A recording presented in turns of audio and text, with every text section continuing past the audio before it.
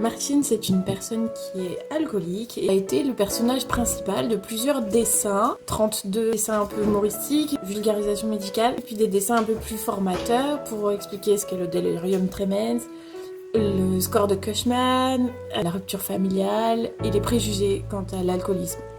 Je m'y suis attachée en fait parce que c'est vrai que j'avais créé un caractère, j'avais créé une histoire de vie, que c'était une ancienne danseuse et que suite à un accident elle avait dû arrêter la danse, ça avait commencé à engendrer ses problèmes d'alcoolisme et tout ça.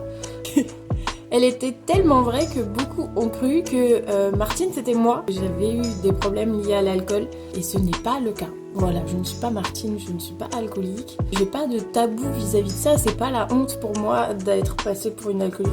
En fait, ce qui me gêne plus, c'est que je veux pas m'attribuer des victoires, des bons courages, des félicitations, tout ça, alors que je les mérite pas. Enfin, c'est pas à moi qu'il faut les adresser, tous ces messages de bienveillance et tous ces messages d'encouragement, c'est vraiment aux personnes qui se battent.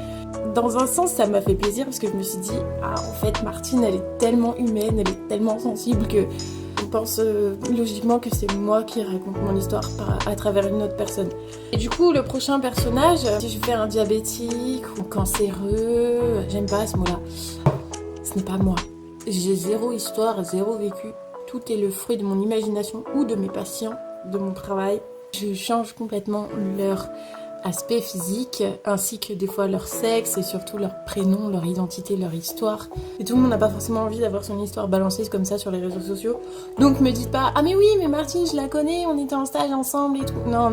J'en profite moi aussi pour verbaliser de moi-même et non pas de Martine, ni des descriptions que je mets.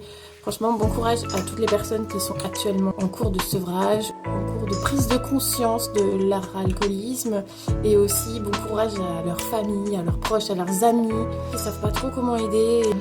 Soyez là, force. Vous avez vu, les commentaires, que de la bienveillance. Donc prenez tout ça, prenez-le pour vous. Dessin d'urgence, c'est une communauté vraiment extraordinaire parce que vous êtes beaucoup des soignants, donc vous avez énormément d'empathie, vous savez soutenir, vous avez su mettre des mots vraiment touchants en commentaire. Surtout n'hésitez pas à en parler, à interagir entre vous, je suis toujours disponible pour papoter. Voilà, je tenais à remercier ma communauté pour sa bienveillance vraiment exceptionnelle.